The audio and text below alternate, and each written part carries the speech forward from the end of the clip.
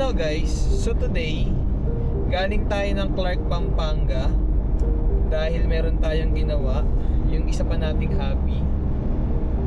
Kasama natin yung Mototesto team. Yan sila Sir Tim, sila Sir Dom, Sir June, Sir Jojo, sila Sir Perdy, at yung iba pang Pampanga group. So meron lang tayong ginawa doon. Hindi ko na siya na-vlog, so bibigyan ko na lang kayo ng konting montage. Ito yung ginawa namin.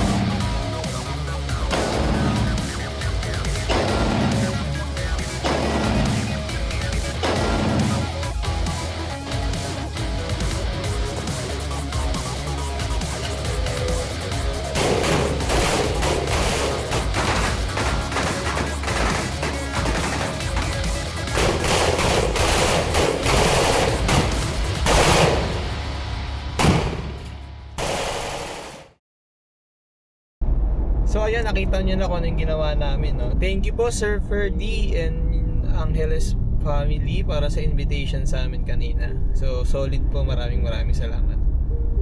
Currently papunta kami ngayon ng Tanay dahil meron kaming camping sa Ruas Place. So first time namin dito sa pupuntahan natin sa Tanay. Sa matagal ko na itong gustong puntahan. Siguro nakita ko siya last December or November last year, tama ba? So matagal ko na siyang naispatan. So sakto, meron tayong kaibigan na doon sila nagka-camping ngayon, tapos naimbitahan tayo dahil it's a birthday celebration. So sakto kasi matagal na namin itong gustong puntahan itong lugar na to. Kaya tara, samahan nyo kami para sa isa na namang another day, another adventure, another camping with my wife and with Lana. Let's go! See you!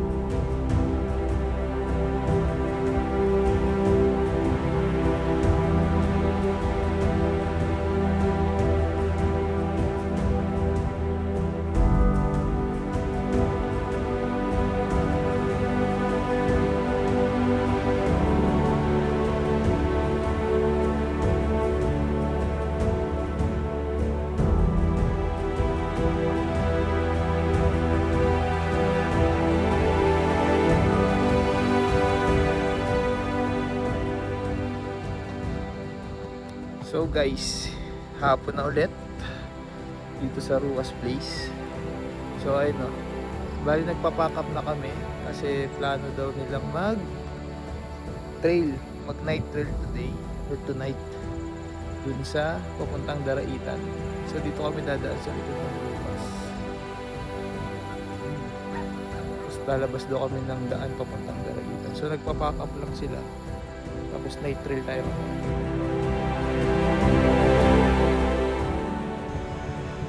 So ayun guys, paalis na kami dito sa Ruas Place para sa aming night trail. So bali ano kami, 6 cars for tonight's trail. Kaya samahan nyo kami. Let's go!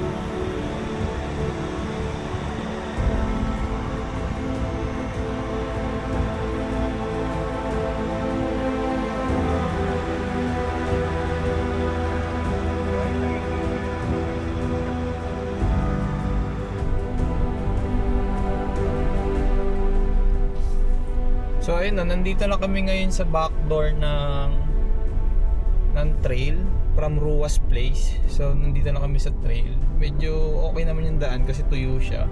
Pero siguro kung umuulan dito, ibang istorya to, no?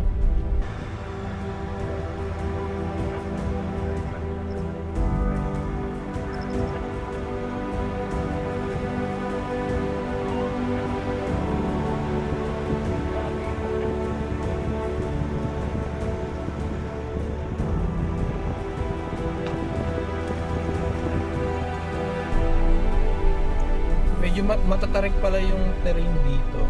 Matataas siya. Tapos buti na lang tuyo, no? Buti na lang tuyo yung kalsada. So kahit pa paano hindi siya mahirap.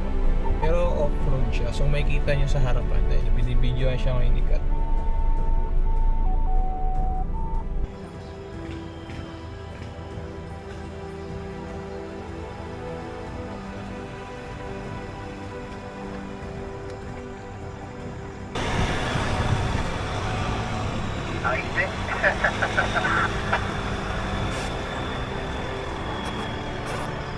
Tayo naman. Balik ulit na.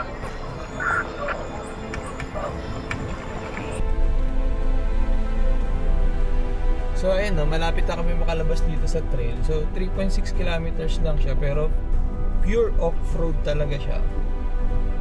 Ayun, so yan, dahan-dahan lang kami. And malapit na kami makalabas.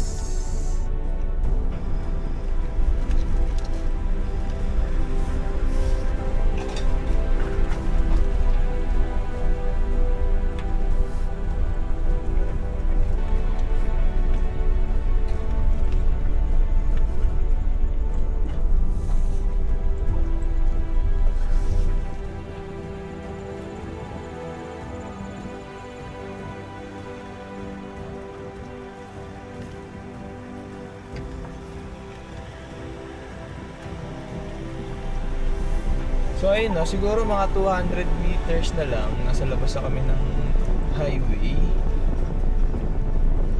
Yan, tanggal kati lang siya for tonight bago kami umuwi galing sa Ruas Place. So enjoy naman namin siya. So kakain lang kami after nitong trail na to, hanap kami ng kainan dyan sa labas. So ang sinasuggest nila is bulalo. So sana makahanap tayo ng masarap na bulalo dito sa labas. Then after nun, uwian na. And it's another weekend with another adventure na naman. Kaya let's go, kain muna tayo ng masarap na bulalo. Then let's go hanggang sa susunod na biyahe ulit. Let's go. Bye bye.